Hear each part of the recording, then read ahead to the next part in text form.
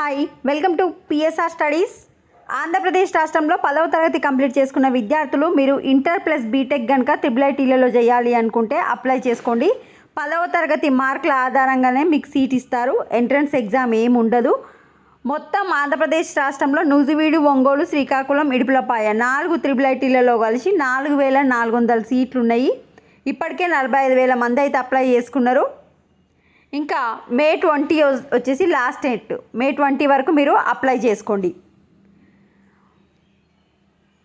ఎంపికైన విద్యార్థుల జాబితాను జూన్ 5వ తేదీన రిలీజ్ చేస్తారు. జూన్ 11 నుంచి సర్టిఫికేట్ వెరిఫికేషన్ ఉంటుంది. జూన్ 30 నుంచి తరగతులు ప్రారంభమవుతాయి.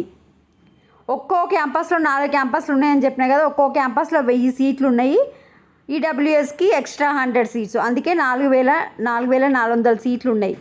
స్కాలర్షిప్ రాని ఓసీ అభ్యర్థులు మాత్రం పీయూసీకి ఏడాది ట్యూషన్ ఫీజు 45. అంటే పీయూసీ అంటే ఇంటర్ ఫస్ట్ ఇయర్ని పీయూసీ 1, పీయూసీ 2 అంటారు. అంటే ఎవరికైతే స్కాలర్షిప్ రాలో వాళ్ళు 45,000 పే చేయాలి.